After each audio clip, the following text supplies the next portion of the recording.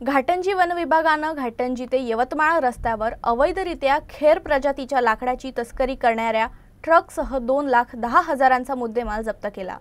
घाटंजीत खेर प्रजातीच्या लाकडाची अवैध तस्करी उघडकीस वन विभागाच्या कारवाईत टाटा 407 वाहनासह लाकडाचा साठा जप्त करण्यात आला। या कारवाई दरम्यान आरोपी आणि वाहन चालक वाहन सोडून पसार झाले आहेत। घाटंजी वन परिक्षेत्र अधिकारी चेतन निहारे यांच्या पथकानं खापरी नाक्यावर सापळा रचून ही कारवाई केली। अवैध लाकूड खैर प्रजातीचे 28 नग, किंमत सुमारे 2,00,000 रुपये अशी आहे। पसार आरोपींवर वन अधिनियमाअंतर्गत गुन्हा नोंदविण्यात असून त्यांचा तपास सुरू आहे।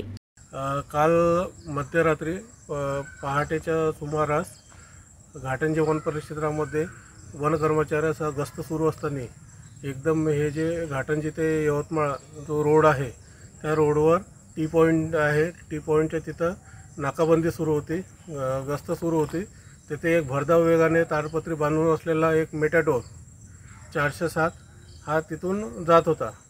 त्या मेटॅडोरला आमच्या वन कर्मचाऱ्यांनी थांबवलं असता तो थांबला नाही आणि वेगाने तो निघून गेला।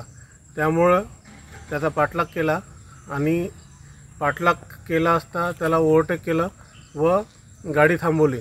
तर गाडीमध्ये एवढं म्हणजे जवळपास 30-35 मिनिटाचं अंतर असल्यामुळं आणि आमच्या वन कर्मचाऱ्यांनी त्या मेटॅडोरमध्ये असलेले व्यक्तीचा पाठलाग केला, परंतु ते अंधाराच्या याच्यामध्ये ते पळून गेले। त्या मेटॅडोरची तारपत्री काढली असता त्यामध्ये पाहणी केली तर त्यात अवैध खैर प्रजातीचे वृक्षाचे लाकडं दिसून आले।